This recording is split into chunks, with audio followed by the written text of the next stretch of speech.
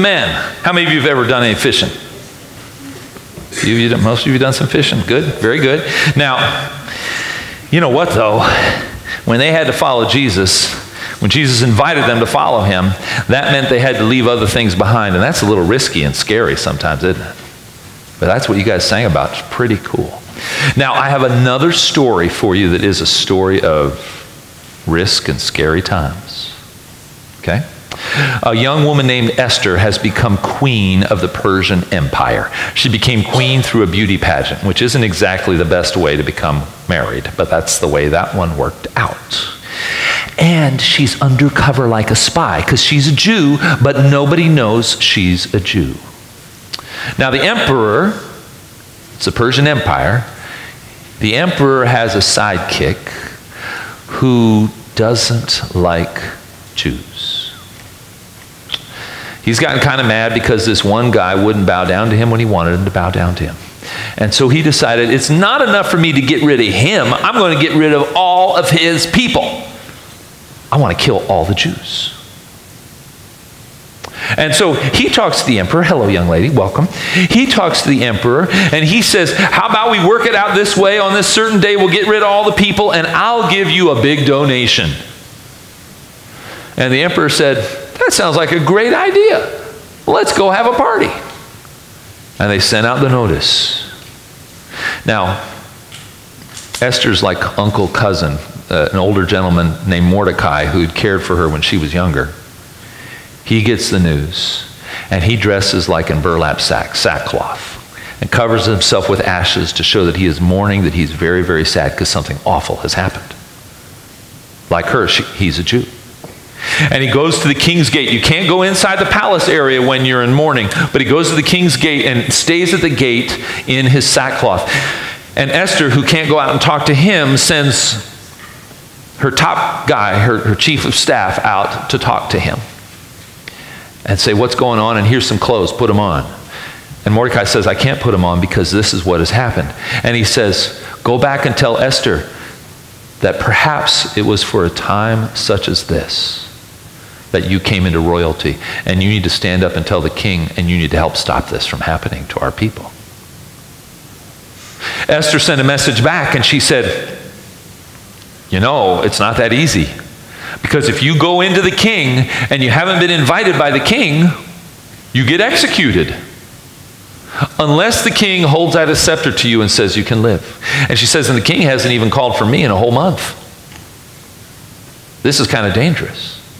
And again, Mordecai said, but perhaps you've come into royalty for a time just like this. And so Esther said, okay, I'm going to do it in 3 days.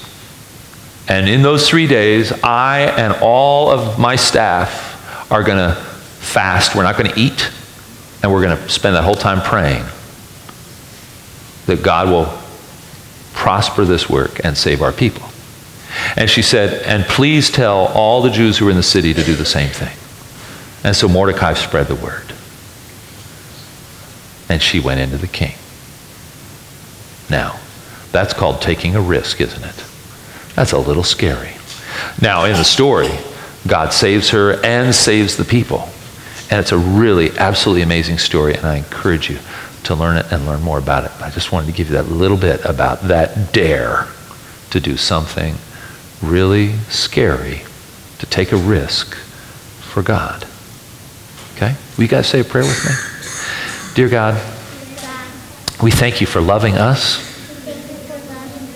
We thank you that you care for us, even when things can be scary. Amen. Now, before you guys go, a couple things. This is here for some reason. Do you know what this is here for? You guys remember? Who knows what this is here for? Huh?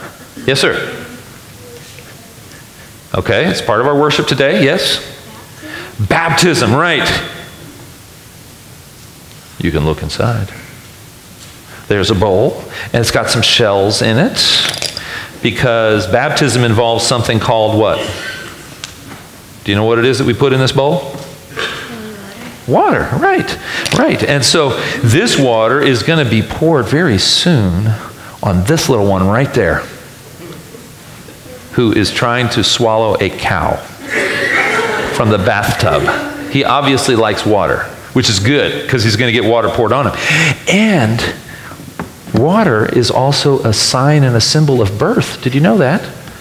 When you were born, one of the things that happened as you were being born is we say the mother's water breaks. Did you ever hear anybody use that expression?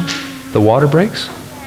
Well, baptism uses water. And one of the signs of baptism is one of the reasons we use water is because it's a sign for birth, for being part of God's family, which is really super cool. So that's something we're going to be celebrating later today. And again, before you guys head off, we do have these worksheets for you that have the story of Jesus' baptism on it. And we're going to ask Tammy and Kathy if you guys would help us out to hand these out. And they can have one of each if